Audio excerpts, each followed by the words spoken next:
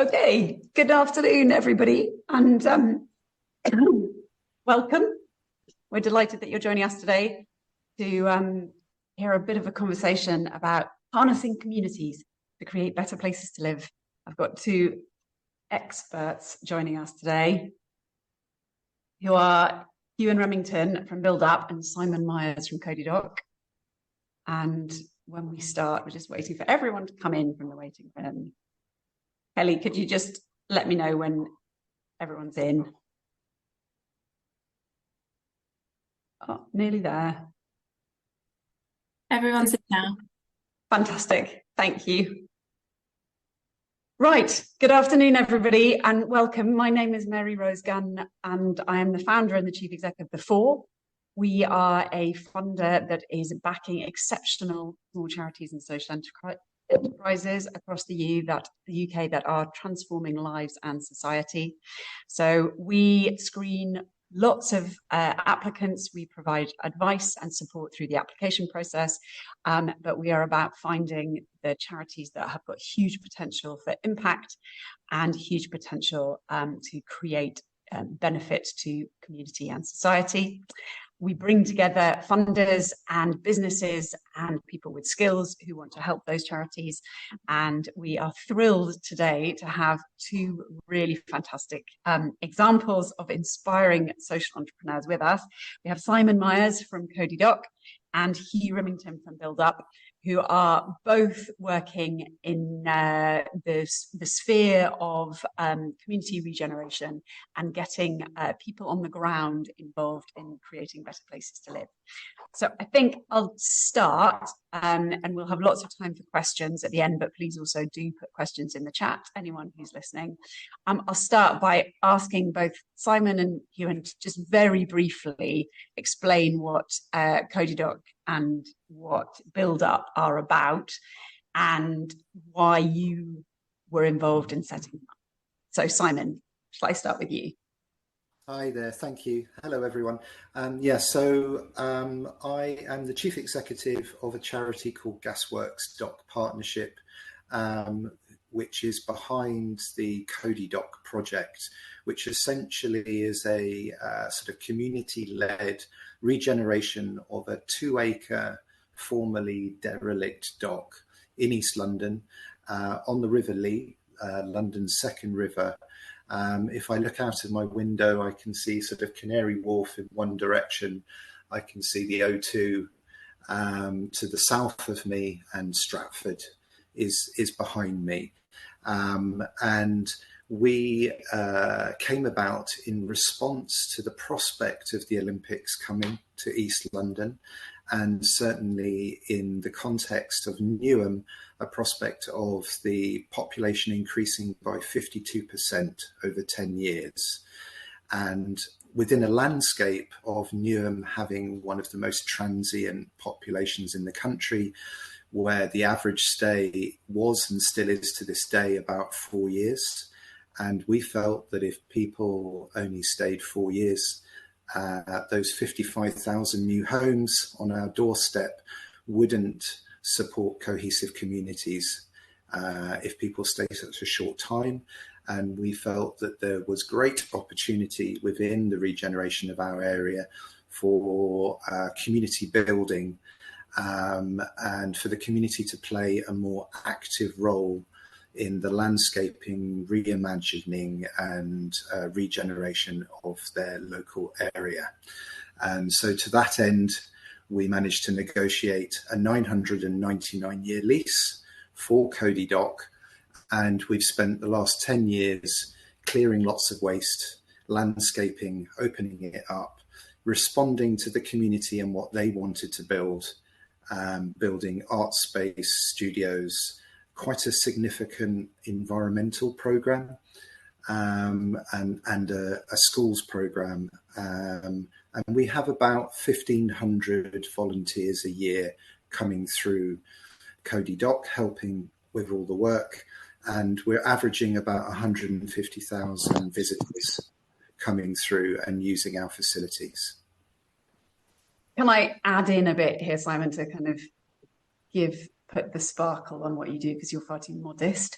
But so Simon was the leader for a huge volunteering project back in, was it 2016, 2017? You started your volunteering project to clear up and clear the space in Rivoli, and which had become pretty sort of disastrously filled with waste and was not a biodiverse space at all. And then we met Simon at the point where he had all of these opportunities that were he'd sort of created by people saying, "Oh, love what you do, and what you do has the potential to be so beneficial to the local community.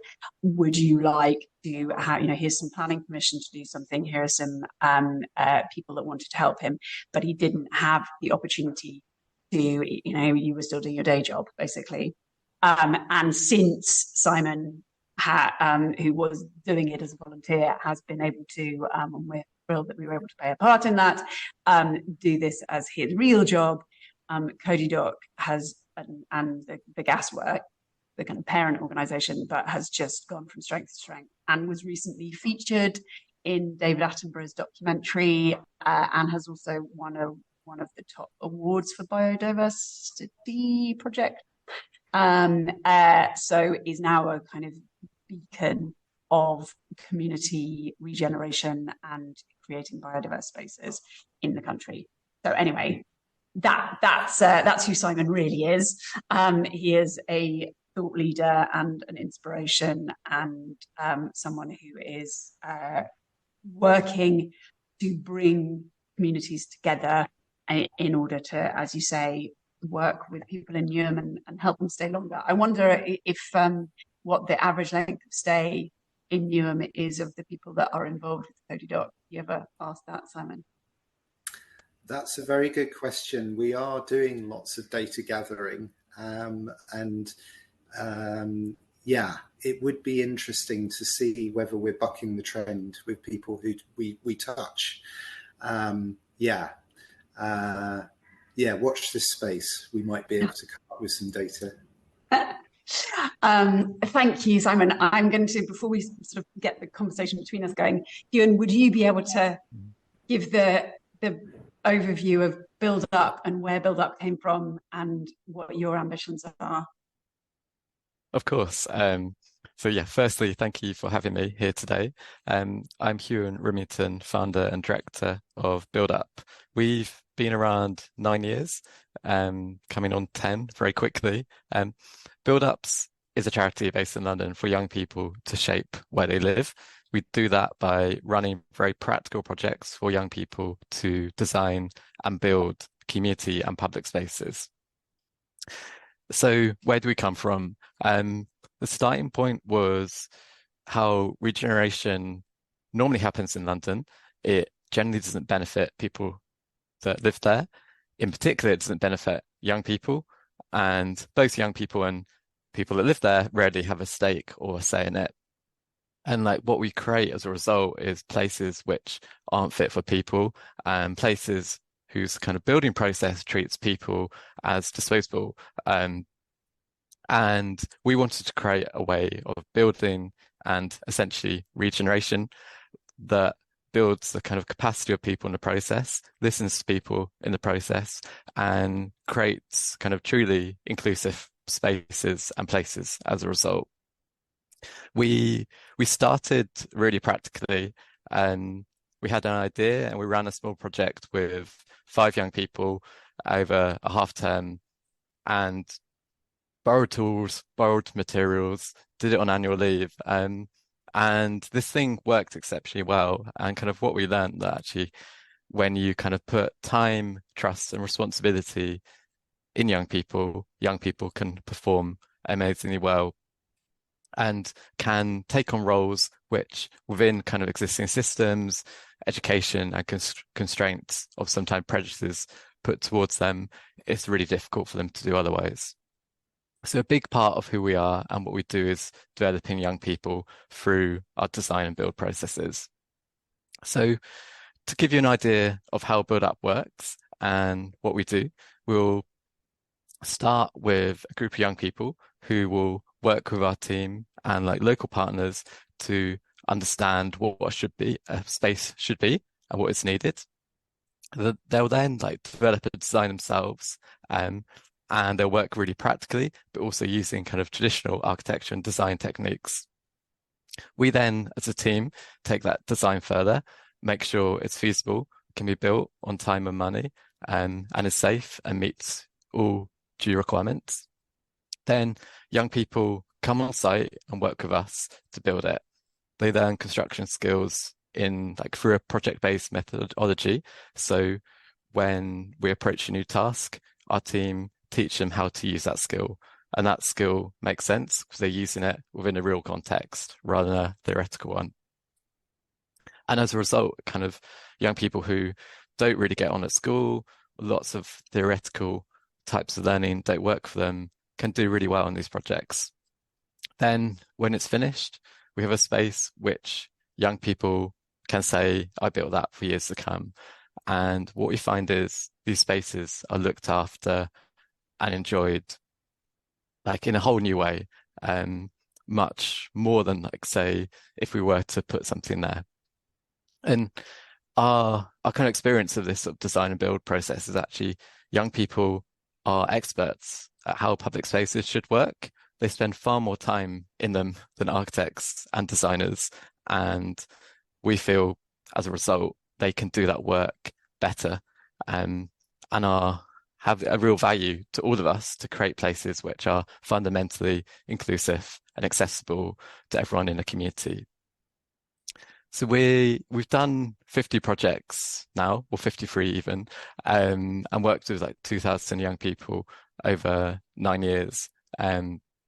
They vary from really small projects, which will be putting a new bench in, a simple but like a big move in a park where there's no benches there already, so no one can spend a moment if they need to sit down or need a break, to much larger projects, which have been like a whole new public space in a busy high street part of London.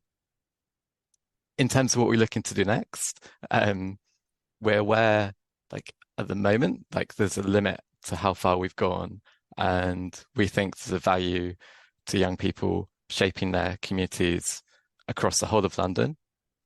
And with the Fore support, we're looking to work as part of much more mainstream development processes. And so that young people designing a building isn't the kind of odd one out, isn't the kind of unique project that happens occasionally. It become much more every day. So this year we started on a new project where, using SIL money from London Legacy Corporation, young people are designing improvements to a new pathway to Reba Stage 2. And it's the very first step of what we're looking is going to be a kind of major infrastructure project over the next kind of 10 years. So we're kind of gradually evolving how we work to kind of take on sort of bigger and broader projects. Huan, thank you so much. I will also, like I did with Simon, just give people a little bit of an insight into quite how amazing Build Up are. They are really changing young people's lives in terms of their sense of agency over the spaces that they're living in. They have got huge potential. We're delighted to be supporting Build Up at the moment. As they're moving towards working, as Huan said, with larger developers, because there's huge potential to really become more part of the kind of institutional development world. I think, I don't know whether that's a good way of describing it, but rather than being an ad hoc, oh, well, it might be nice to add this on, to be part of the process right from the start. And developers are quite rightly under a lot of pressure to make sure that their projects and their work that they're doing, when they're getting hold of these contracts, is taking the local community into account much more seriously, and Build Up are perfectly positioned to be able to do that, and have some really strong results in that area. So it's very exciting what Huan is doing and the difference that they're making. But in terms of that, a question to both of you, which I think I'd be really interested to hear the answer to.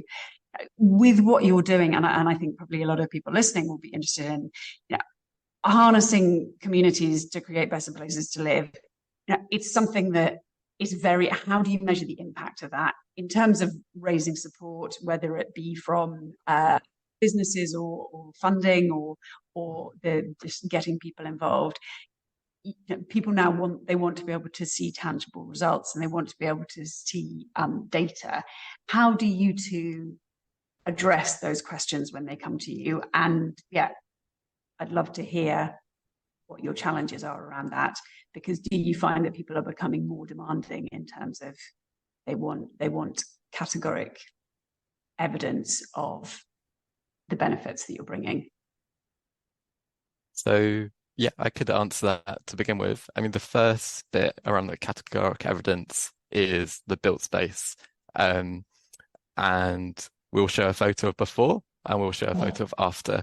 And that is a very simple but really effective way to exemplify what differences we've made in the past, but also kind of show a new partner, actually, you will have something to say for this money after the project. In terms of other metrics and how we kind of approach that whole thing, we do a number of things. I mean, they go from the kind of like lighter quantitative based data, and we have like a framework to collect that, to kind of much more like in-depth experiences, which are kind of qualitative. And we find like the qualitative material is like much more powerful. One thing we've kind of begun to do this year is kind of work with young people to write their own testimonies about how a project experience was and what it meant for them.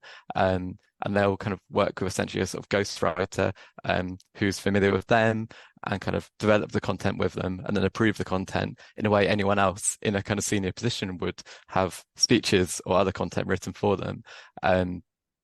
And because we find the most powerful testimony or kind of account of what a project means is from the kind of people that use the space and the people that have created the space. And that goes kind of far beyond anything I can say and far beyond what any statistics can do. Simon, how do you address this? And yeah, do you have similar experiences to Huan? Yeah, I mean, I would echo a lot of what Huan has said there. Certainly, we're both very fortunate that some of the outcomes are evident from the physical space that's transformed, and that is a very powerful tool. And obviously, not everyone's sort of activities can show that. So some of our activities, when it comes to regeneration or constructing, that sell is quite easy. When we're talking about soft outcomes from maybe things like our therapeutic gardening sessions or our socially prescribed activities, that poses a little bit more of a challenge. And whilst, yes, we do things like baseline surveys, sometimes it's not always appropriate to do those baseline surveys. That actually exacerbates the issue. But invariably, what we found is that we're able to tailor doing follow-up case studies, sometimes co-producing that, working with the beneficiaries. Sometimes also we'll get feedback from the referrals. Well, they'll actually say to us, look, this person has come to the GP less, or we also we do track data on people who come through. We track their story, so their volunteering story. Sometimes success is the fact that they're not coming anymore and they've got a job. And we do encourage people to stay in contact with us and actually share that journey. And where appropriate, we do the traditional questionnaires. What did you get out of this? Did you learn anything from this? All of that sort of thing as well. So there's a whole suite that we have to do. I think that people are, and also we have a lot of different types of data that are required by different organisations, whether it's a funder or whether it's the local authority or whether it's the planning authority or whether it's the council or whether it's the referrer. We have to be quite agile with our monitoring and ensure that we can give them the data that they need. Yeah. Can that be a huge burden on you? It can, but to be honest, the way that we gather data, we have invested quite a lot of money on a sort of CRM database where we hang all this information. It doesn't sit there on bits of paper that some poor person has to then process at a later date. It's uploaded very quickly where possible. If it's forms and questionnaires, we use apps that mean that can go straight in via, for us, we use Salesforce.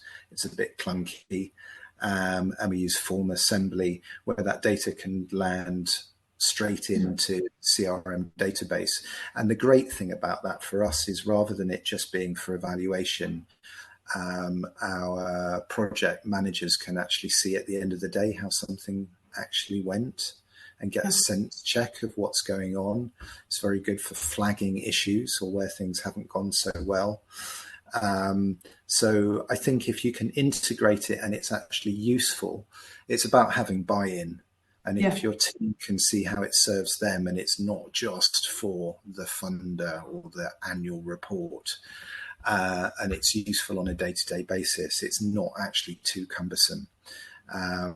But there is always an attempt to try and streamline and align different stakeholders' demands, because those forms could very easily run over themselves and have far too many questions. So we do push back a little bit.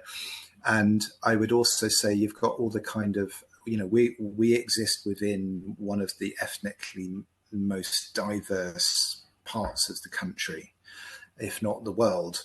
And often funders and local authorities are wanting to see that we're reaching a full segment of our community. But how one asks those questions, it needs to be done very sensitively, and it can just other people. And so we do push back quite a lot about that. In doing that in a really dry format, and we try and come up with really creative ways rather than within our questionnaires of ensuring that we're reaching the whole community. So recently we've produced a giant map of the world and a map of London, and we have a load of pins and a load of string and wool, and anyone who comes, we don't even have to ask them to do it. They just see it in the corner and they'll map the complexity of their relationship with both Newham and the world. And it means they can have as many different strings as they want. That is much better than trying to fit within a box. So I think trying to be creative about how one gathers data and being very, very aware of not wanting it to have the adverse impact with the very people you're working with is something to think about. When you're pushing back on this, and Huan, I'll be interested in your response to this as well, are you finding that people are funders and local authorities and all the different types of organisations that you're working with are quite open to taking and listening to you, and has it changed in the last 5 years? It's definitely evolving, and we're fairly confident about pushing back, because we have to have an integrity with the people that we're working with, and a lot of funders will be talking about engagement of minority communities, and 74% of Newham's population is non-white, 45% is from the Asian diaspora. They wouldn't describe themselves as a minority. They would say they come from the global majority. But so sometimes we're having to work quite heavily on the language. We don't get pushback very much with regards to what we're trying to do, but we sometimes have to educate the language.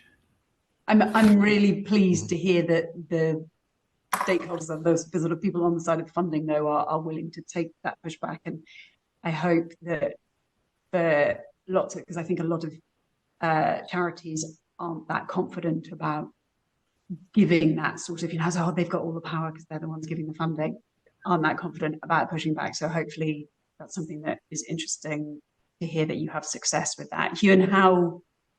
Yeah, I mean, I would sort of agree with Simon. I think in the last 9 years since I've been doing this, there's been a massive kind of evolution in terms of like what is expected, level of trust given to this kind of smaller organizations, and yeah, it's really changed. And I mean, I think there's still a bit of the smaller the grant is, the more scrutiny we'd want to do, which is like highly frustrating because like the people getting those small grants don't have any of the capacity to do that work. But it has definitely changed. And I mean, I think we probably, as an organization, get a bit of a rose-tinted view of how the sector is around this in terms of who would support build up is probably going to be the kind of more kind of progressive end of the kind of fundraising sector.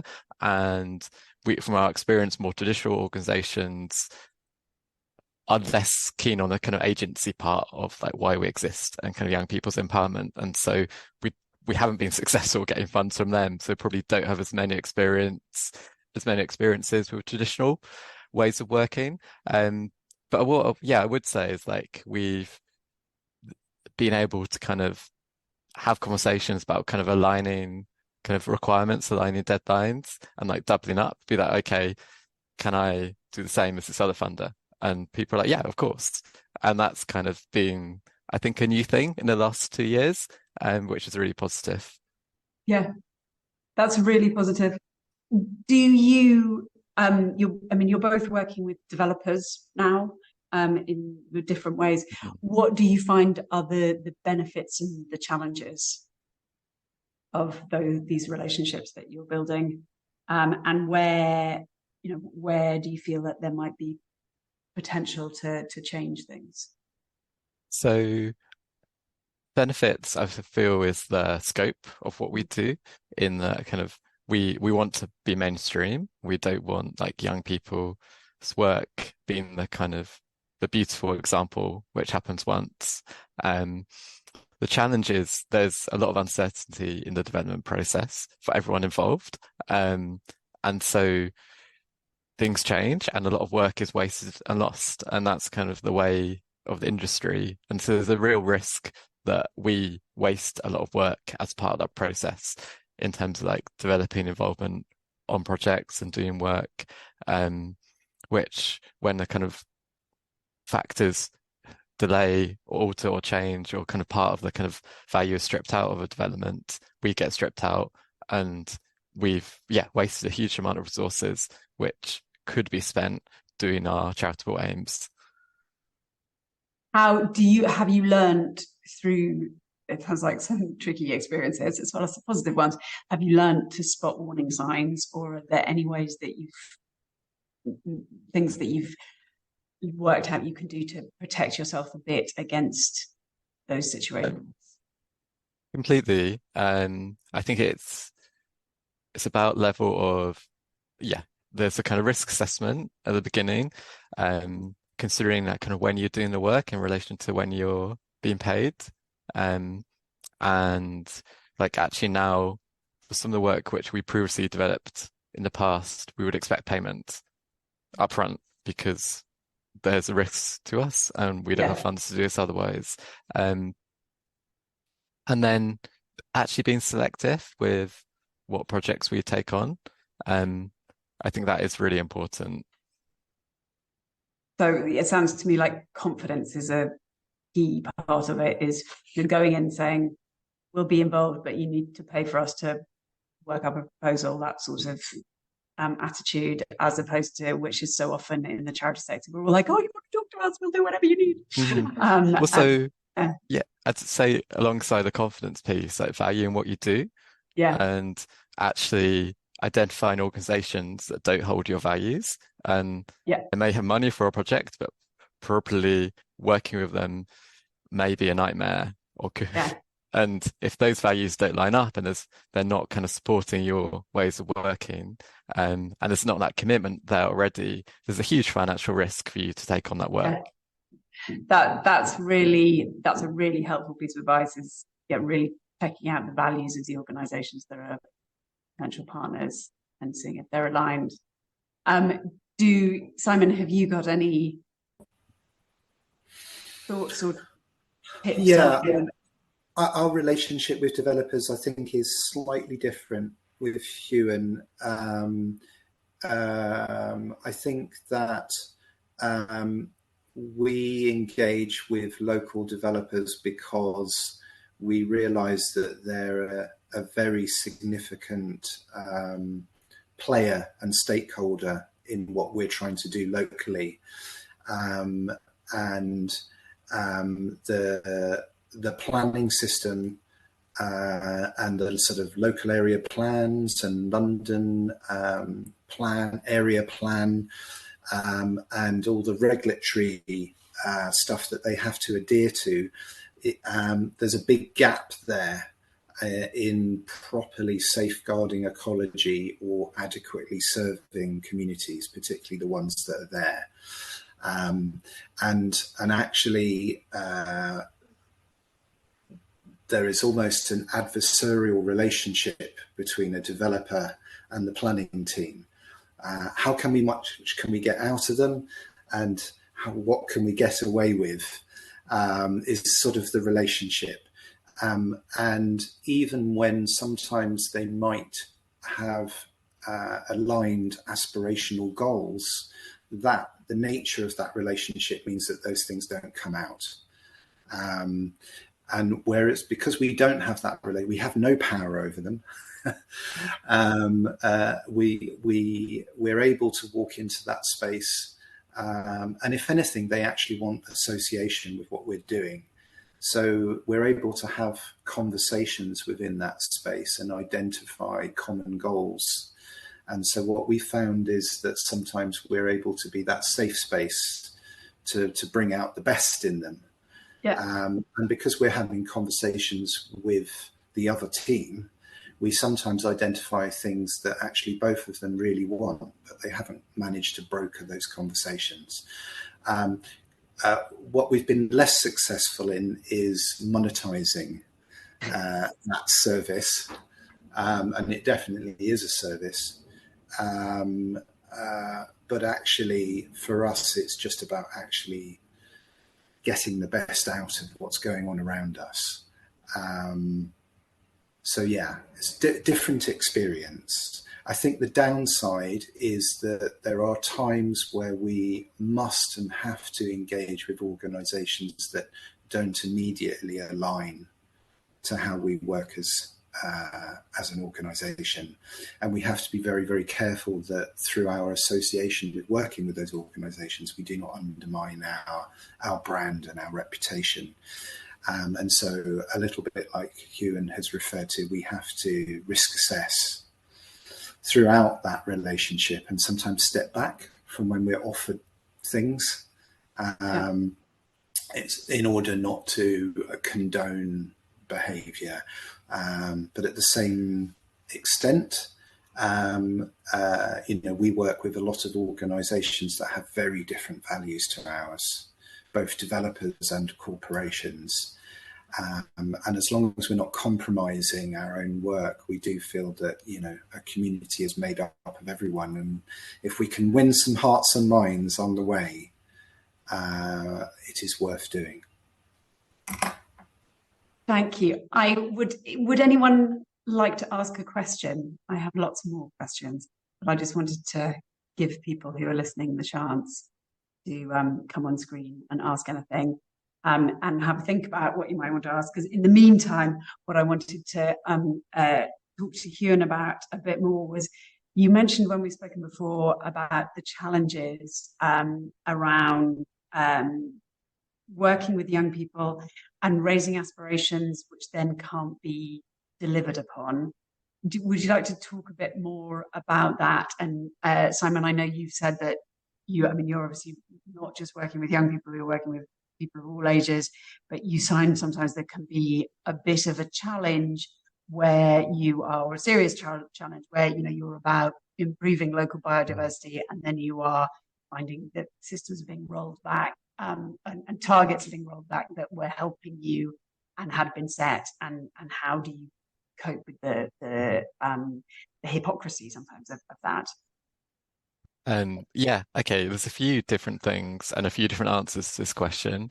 In a way, it was a kind of starting point to how we wanted to work and build up, in that a kind of traditional way of consultation happening is a kind of architect turns up at community centre, asks a group of young people, draw what they want, they draw what they want, and none of it ever happens afterwards. And that's not a particularly good use of anyone's time.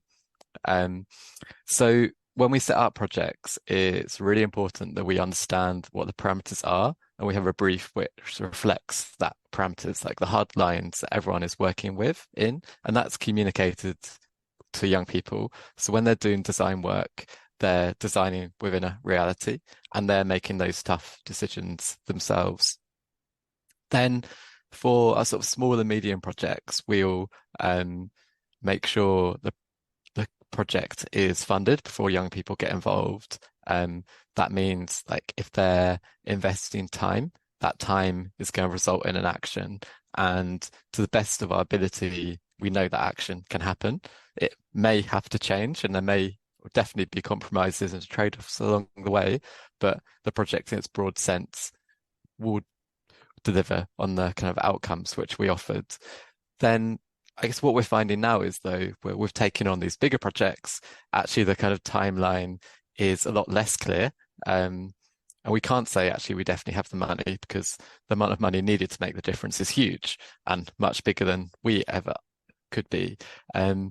So with this, what is important is the process, both being clear to young people and people involved, what the process is and how it's working, and also making sure there's a benefit and a value in the process itself, and young people being involved are kind of benefiting and getting something out of this kind of initial process in the event the project didn't go any further.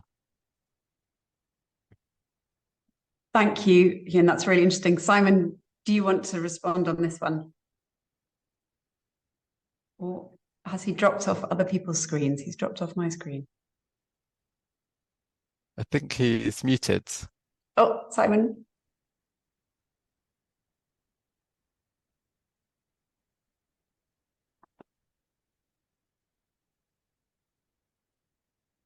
Not sure what's happened to Simon.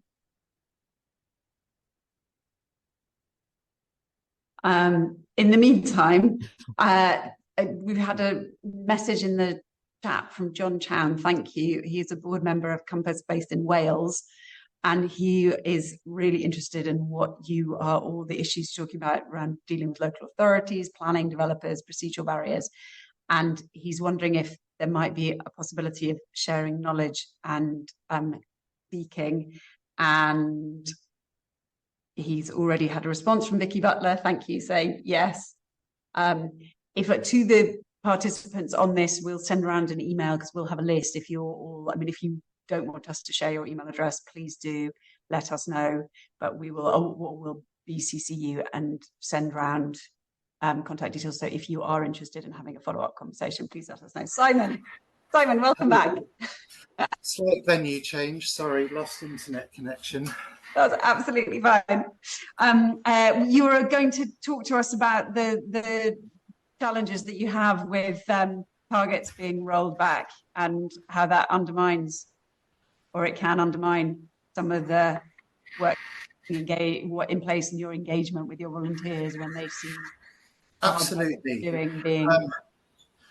Yeah, so where the climate that we entered when we first started, there were a huge number of projects that happened locally that preceded us, that were meanwhile projects, or projects that didn't end up materializing in any physical output.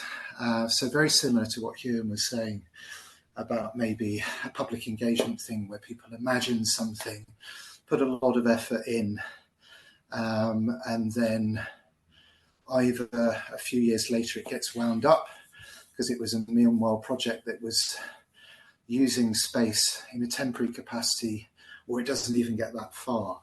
And so trying to engage people in the beginning was quite hard. And we spent a lot of time and energy ensuring that our project wasn't going to be a meanwhile project, and that anything we do is for the long term. And to that end, we managed to negotiate our 999-year lease for the site so that we have that security. So yeah, setting expectations is really, really important. We are also very open about not just the good stuff, but also the challenges. And actually working in an area where there maybe previously was quite low aspirational level about what difference can I make. Maybe that's one of the sort of the most powerful things that Cody Dock does for people, is that they can see that actually you can affect change and make a difference, and hopefully inspire people to do the same. It really is possible. So yeah, we've been mindful of the pitfalls of sort of letting people down or not being able to deliver on promises, and we've always presented ourselves as a work in progress, not presented the final vision. We've been an open building site for 11 years now, and things are always changing, but it's not like, when is it going to be finished and why hasn't that happened? We're very open about the struggle, and some things happen faster than we expected and some things take a lot longer. Yeah. Our rolling bridge took 6 years from telling everyone we were going to do it to it actually happening. But we shared the journey, the ups and downs. Thank you, Simon. I've got a couple of questions that have gone into the chat, which Claire Morgan's from Bootle. Hello. I think that sounds like a one being connected after the call. So it sounds like, yeah, you and Huan can have a really good conversation about that. But we've got a question from Wessex Community Assets, who have asked, would you like to come on camera and quickly ask, we're supposed to be finishing, but if we just quickly have this one as a last one before we finish, would you like to ask your question in person about revenue, funding and fees? Hello, sorry, I don't know what your name is because your name didn't. You're on mute. Yeah, sorry.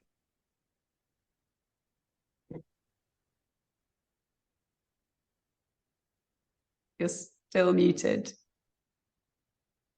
Oh no. Well, shall I ask the question from the chat, which is, yeah, revenue, funding and fees can cover tutor costs, etc., but materials are expensive. How do you address this? Yeah, they are, especially now. I mean, when we started to build up, they were a really small proportion, and now they've kind of quadrupled. What do we do about it? Actually, I mean, we find materials are easier to get charitable support for because they're tangible. And I would say it's probably worth thinking like as a kind of on a organizational basis. Like, is it something that actually you can kind of like identify as a kind of fundraising need? Because it's really specific and people know what they're getting. And most of the time we're having a battle with people over staffing, and in that organizations want to pay for materials but don't want to pay staffing fees. We have had some support from the industry. It's, I think, quite hard to come by. When it works, it's been really good. I guess what we found better is kind of reducing that cost by getting good rates. And so like if there's kind of trade suppliers in your area, maybe they don't want to, or they don't have a budget for giving you free materials, but what they could do is they could give you the rates they'd give their kind of best client. Whereas a small organization, normally you'll get the worst rates. So that's what we get at the moment from a number of people. And that's what we've also got on a kind of ad hoc basis on certain projects. And yeah, I think if the first thing would be looking at fundraising for like specifically for materials. The second thing, and something you can do on a daily basis, is look at where you're getting your materials from, and see if the kind of individual branches, if they can't give you anything, can they give you a kind of the best rate that they can do in-house? And that should really cut things like a bit, that will make a difference. Thank you. Thank you. Oh, we heard your voice briefly. Thank you, Essex. Right, it is 12:47, and we promised that we would finish this by 12:45, so I will round up. But I just wanted to say thank you so much indeed to Huan and to Simon for speaking to us today. It's, as ever, it's a complete pleasure to talk to you and hear about what you're up to, and for you to have the chance to share with others some of your solutions to the challenges, and also share the challenges so people know they're not alone. We will connect everybody afterwards if they would like to be, so conversations can continue, because it sounds like we've got a lot of people here today who are in similar spaces to you guys in different parts of the country, and would be really interested to hear some of your experiences. But with that, I shall leave you all to your Friday afternoons and say thank you, Huan, thank you, Simon, and we hope you all have lovely weekends. Yeah, thank you. Thank you so much. Good afternoon. Bye. Bye-bye, everyone.